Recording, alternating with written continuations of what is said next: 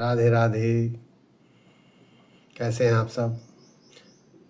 जिस प्रकार कुमाऊं के इतिहास में पिता पुत्रों के अत्याचार और आतंक को गैड़ागर्दी के रूप में जाना जाता है, उसी प्रकार गढ़वाल के इतिहास में 5 भाई कठैतों के अत्याचारों को कठैतगर्दी के नाम से जाना जाता है। इस पर हम आज चर्चा करेंगे। उल्लेख्य है कि गढ़वाल और कुमाऊं के शासकों में वैवाहिक संबंध और सैन्य प्रशासन में स्थानीय लोगों की अपेक्षा बाहर के लोगों को ज़्यादा वरीयता दी जाती थी। परिणाम स्वरूप हिमाचल से लाई गई पत्नियों को रानी का दर्जा दिया जाता था, किंतु स्थानीय राजपूतों के घरानों से लाई गई पत्नियों को रानी का दर्जा नहीं दिया जाता था। बाहर से आए अधिकारियों को राजपूत दल की संज्ञा दी गई और स्थानीय अधिकारियों को खसिया दल की संज्ञा दी गई। इनके मध्य संघर्ष चलता रहता था। राजपूत दल को रानियों का भी साथ मिलता था, क्योंकि वो बाहर से आई हुई होती थी, और अब जब कभी राजा अल्पवयस्क होता था तो रानियों को संरक्षिका का पद भी मिलता था। इस कारण सत्ता में भी उनका दखल होता था, और ऐसी स्थिति में राजपूत दल को ज़्यादा सहयोग मिलता था। ऐसी स्थिति ने ही गढ़वाल में कठैतगर्दी को जन्म दिया। इतिहासकार भक्त दर्शन के अनुसार फतेह साल के कार्यकाल तक राजा लोग इन दोनों गुटों में, राजपूत दल और खसिया दल में नियंत्रण रखकर दोनों की शक्ति और योग्यता का लाभ लेते थे। लेकिन फतेह शाह की मृत्यु के बाद उनकी रानी, जो कठूर के राजा की बेटी थी, उसके हाथ में राजकुमार की संरक्षिका का पद आ गया और उससे राज शक्ति उसके हाथ में आ गई। और उस दौरान उसके मायके के 5 संबंधी भाई थे। उन कठैतों के हाथ में प्रशासन की डोर आ गई। इनमें सबसे बड़े भाई का नाम था भगौत सिंह। रानी ने उसे रनिवास का ड्यूटी अफसर जैसा कोई पद दिया, जिससे उसकी महत्ता और बढ़ गई। उपेंद्र शाह, फतेह शाह का लड़का उपेंद्र शाह ने मात्र 11 महीने राज किया। ठीक है। अब उपेंद्र शाह की मृत्यु हो गई। उसकी मृत्यु होने के बाद उसकी कोई संतान नहीं थी, इसलिए उसका छोटा भाई जो था दलीप शाह, उसके पुत्र प्रदीप शाह को, जो मात्र 5 साल का था, उसे राजा बनाया गया। अब ऐसी स्थिति में कठैत भाई चाहते थे कि उपेंद्र के कोई संतान नहीं है तो पूर्व रानी का ही प्रभुत्व बनाए रहे, जिससे उनके स्वार्थ सिद्धि होती रहे।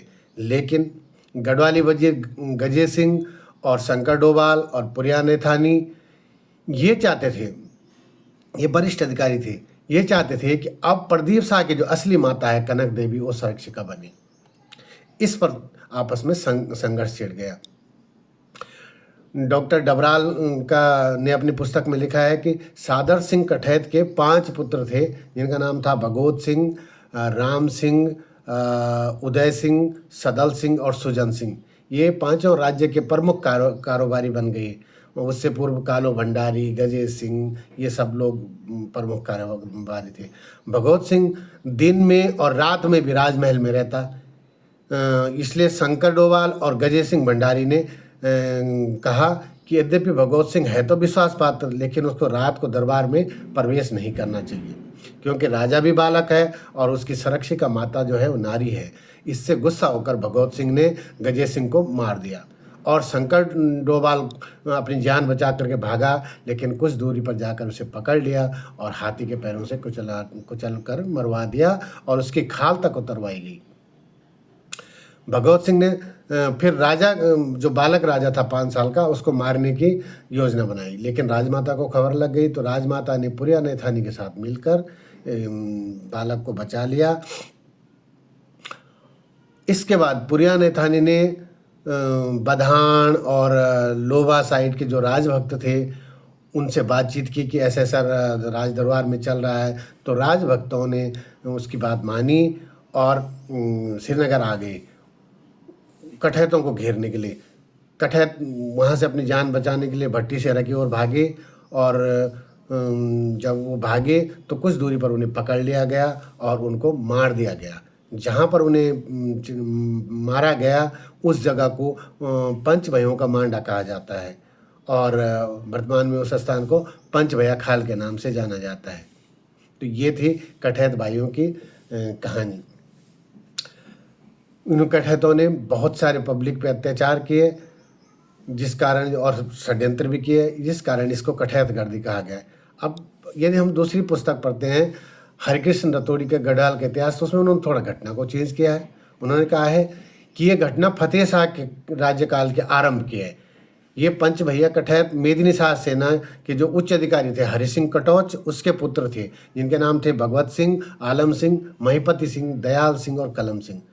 उन्होंने रानी को गढ़वालियों के विरुद्ध भड़का करके प्रशासन अपने हाथ में ले लिया और गढ़वालियों पे निरंकुश शासन किया। जनता त्राही त्राही मचाने लगी।